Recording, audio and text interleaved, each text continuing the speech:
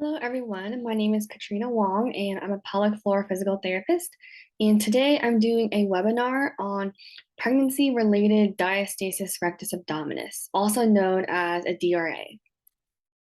The purpose of this webinar is to educate you on how to prevent, treat, and manage your diastasis after your pregnancy. So a little bit about me is that I graduated with my doctorate of physical therapy from Mount St. Mary's University. I'm very passionate about pelvic health physical therapy, women's and men's health. The purpose of this webinar or this masterclass is to really learn what a diastasis rectus abdominis is, or a DRA, the changes that happen during pregnancy in the abdominal wall, why you should see a pelvic floor PT during your pregnancy and postpartum.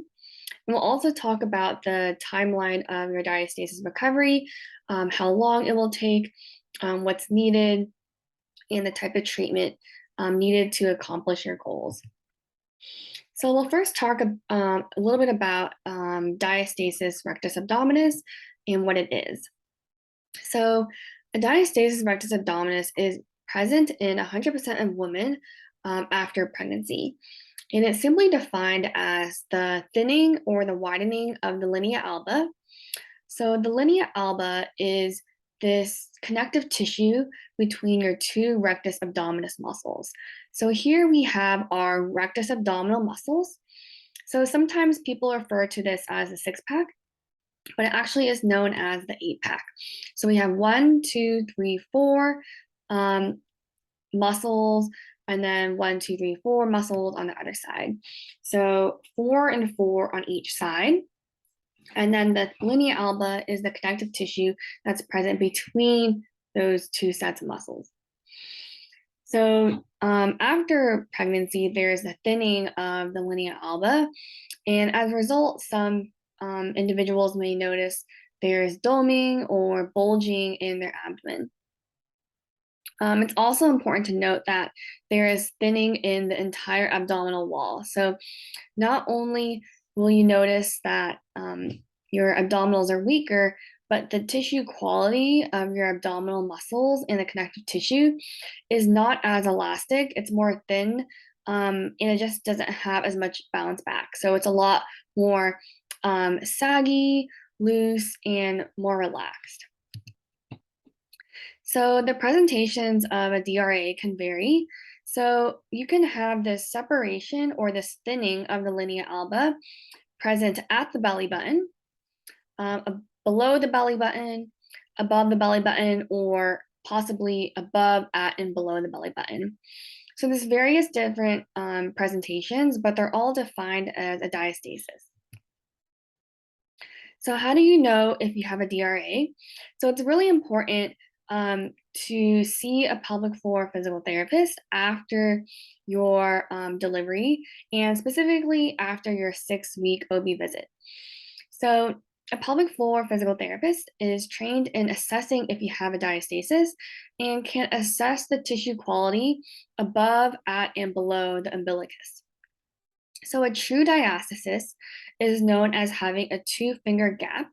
So that means that if I am assessing at, above, or below the belly button, when I am teaching you to do a crunch, or when I'm doing the sit-up test, I am placing my fingers at the umbilicus or above or below, and just seeing how deep my fingers go, how wide that separation is.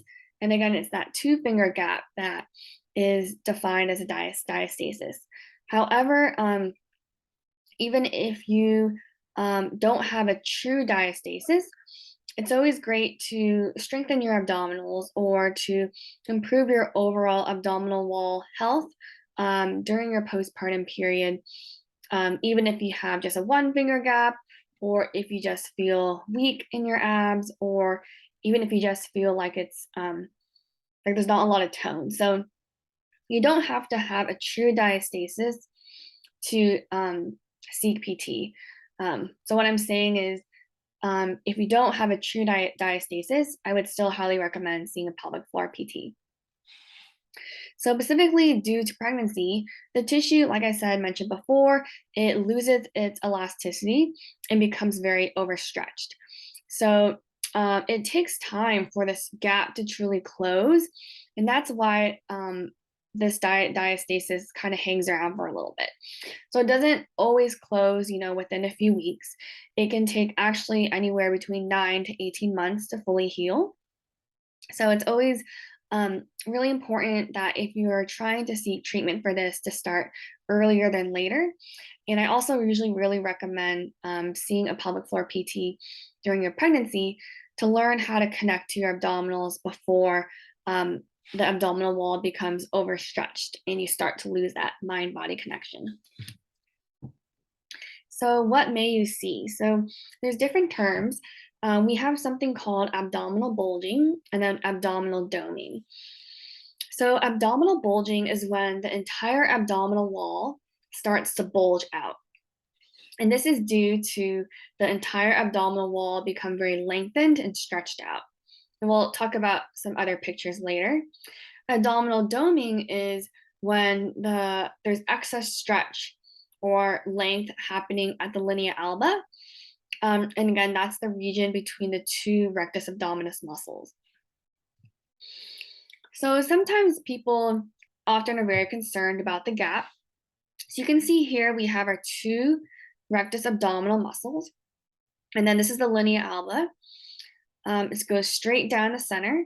And you can see that this individual here has a little gap because you can see the definition of those abdominal muscles. This is what we call abdominal doming. So abdominal doming is the presence of this pressure or this little bulge at the linea alba. So this is a view from, like, if a patient's laying on their back and I'm standing at their head, this is the view looking down their body. So this would be the chest and this would be the pants. And this is the belly button. So this is the doming present. And this is abdominal bulging. So abdominal bulging, again, is a lengthening or overstretched entire abdominal wall, causing this bulge aspect to be present in the whole circumference. So it's not just at the belly button, but it's also to the lateral aspects of the abdominal wall. So you can actually have just doming, you can have just bulging, or you can actually have both. So again, I love these pictures by Dr. Munira Hudani, who's a PT, and she shows these really great pictures demonstrating what doming and bulging is. So in this photo, we have our two rectus abdominal muscles here, and then we also have the linea alba. So this is doming because it's just a little kind of pooch present at the midline. This is abdominal bulging and linea alba doming. So this is when we have a bulge, and then we also have the dome. So again, you can have one or the other, or you can have both. This is just another really great diagram showing the how doming and bulging can really vary in terms of severity. So you can have a little bulge, or you can have a very big bulge. You can have a little dome, or you can have a very big dome. So there is a spectrum of how much doming and bulging you could have. So now that you know what a diastasis rectus abdominis is, just the changes that happen during pregnancy, and just terms including doming and bulging, I'm going to talk a little bit about the treatment for diastasis rectus abdominis. So like I said before, it's really important to see a pelvic floor physical therapist, and I highly recommend seeing a pelvic floor PT during your pregnancy, because that's when you can really start to learn how to connect to your pelvic floor muscles and your abdominals. Oftentimes, when I see individuals postpartum, they typically have a decreased body awareness. They don't feel things as well, especially if they had a C-section.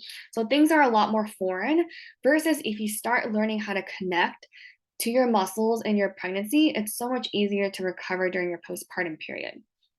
So I recommend seeing a pelvic floor physical therapist. And during your appointments, I usually do a very thorough assessment of your posture, looking at your rib cage and pelvis alignment and any changes that have happened. I also look at any functional movements, whether that would be a forward bend, a squat, a deadlift, lifting up your baby. And I also look at breathing strategies. That's very important because if you've been having this baby that's been really growing in your abdomen, that's going to put the diaphragm or your breathing muscle in a disadvantaged type of position. So I always really like to assess how you're breathing and the position of your rib cage as well, because your rib cage and your diaphragm are housed together. So it's very important that a therapist looks at that. I will also do a very thorough abdominal and pelvic floor muscle assessment. So I'm not only looking at your strength, but if you're coordinating the right abdominal muscles, the sequencing of the movement, your control, and then also the tone of the abs. And then really during pelvic floor PT, your PT will work on trying to strengthen your entire abdominal wall. So not only your abdominals, but also your pelvic floor, your hips, possibly even your thorax region. So the treatment of a diastasis is very holistic. And not only is your PT going to work on strengthening, but likely your posture, your alignment, and so forth. So one of the first muscles that a pelvic floor PT might begin working on is your transverse abdominis. So your transverse abdominis is your deepest abdominal muscle that wraps around like a corset around your abdomen. So you can see here that your transverse abdominis is wraps almost like a cylinder, and it really is a corset. And it as it activates, what it does is it shrinks the abdominal wall and tightens the abdominal wall, as well as supporting your visceral organs. So your large intestine, your stomach, and different organs like that. So oftentimes, this is the first muscle I teach patients how to activate because we want to start building the smaller muscles rather than building those big guns, because our smaller muscles are what provide us support at each vertebrae of our back, as well as support for our pelvis and alignment of our rib cage. So if you do happen to see a pelvic floor PT, again, they will often try to teach you how to activate your transverse abdominis, or it's also called your TA. So how do I know if my diastasis rectus abdominis is improved? So it's really important that you look beyond the gap. Oftentimes, people are very concerned about how many fingers wide that diastasis is. But it's also really important to look beyond the gap and look at the amount of stiffness that is present at your linea alba. So these are really great pictures. So these show your two rectus abdominis muscles in pink. And then in gray, you have your linea alba. So oftentimes during a diastasis rectus assessment, I am actually kind of putting my finger at your belly button and assessing the linea alba above, at, and below the belly button. And that is, again, where the linea alba is. So signs of improvement could be, the first is decreased like bogginess or decreased depth that I'm pushing my finger into your abdomen. So in this photo, we see maybe the first day I kind of assess the depth or the stiffness at the linea alba, and it's super soft. I can go pretty deep. But signs of improvement include the fact that I may not be able to go as deep, or that when I push down, it's actually pretty stiff instead of soft. So having a very stiff or having tension built up in your abdominal wall shows me that there are signs of strength gains. Other signs of improvement is the second category, which kind of like what I mentioned before, increased stiffness or tension at the linea alba. So it's so important that we have some stiffness, or the collagen fibers are nice and straight, not like boggy and soft or too loose, because that's how that's how forces are transferred throughout the body through that linea alba. So to be able to have a very stiff and tensioned linea alba, that allows forces to be transferred effectively and efficiently throughout your body. So again, if I'm assessing with my fingers down at the umbilicus, I may notice that it may be more soft, and then the stiffness increases maybe after 6 to 8 weeks later. And then lastly, If you see a decrease in the width of the gap, that's also an improvement. So how long does it take to treat your diastasis? So the time frame depends on various factors. It depends on your starting point of your abdominal strength. It also depends on your starting level of the mind muscle connection. So, like I mentioned before, it's so important if you can to see a pelvic floor PT during your pregnancy, because then you can automatically learn how to connect with those muscles and it just launches your postpartum recovery that much quicker. It also depends on the amount of abdominal distension or bulging or connective tissue laxity that's present. So if your abdomen's a lot more loose, the skin's very loose, the connective tissue's a little bit more like droopy, that can also impact your recovery. The amount of time you spend on your exercises and also the type of exercises that you're getting. So it's really important to see a PT who really knows their stuff about treating a diastasis. And also, it also depends on the speed at which progressive loading is done on the muscles. So muscles can only strengthen if they're loaded. Imagine if I'm doing abdominal strengthening exercises with a 1 pound weight for 8 weeks. You're probably not going to build that much strength. But if I slowly added more weight every week that I saw you, you would probably build more strength compared to staying with the same weight for several weeks. So knowing the importance of progressively loading your muscles is key, and being able to progressively load at a speed that you can tolerate is very important. Other factors include sleep, nutrition, and stress can also impact your recovery. And it's really important to give yourself about 1 to 2 years to recover because it did take 9 months for your abdominal wall to stretch. So I always like to give the timeline of at least 9 months to a year to really see significant gains in your abdominal wall. Other nutrition tips that I will briefly go over is just remembering to stay hydrated. Try to consume about half of your body weight in ounces of liquid. So if you are 120 pounds, for example, you want to drink about 60 ounces of water. Remember, 8 ounces is 1 cup.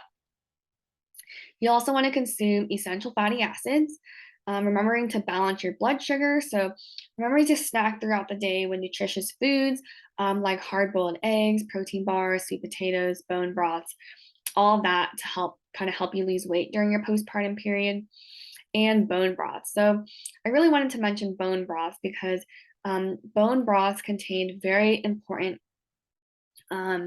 ingredients such as hyaluronic acid and gelatin that are really important for building collagen.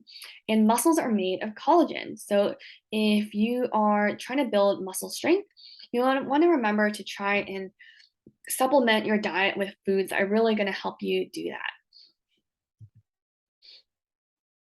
So when do I consider surgery? So I always recommend trying conservative management, so physical therapy, for at least 1 to 2 years, and then you can consider a surgical consult.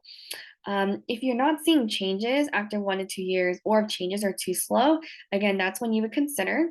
But I always recommend trying the most conservative management because even after you get surgery, that doesn't automatically mean that you have strong abdominal muscles.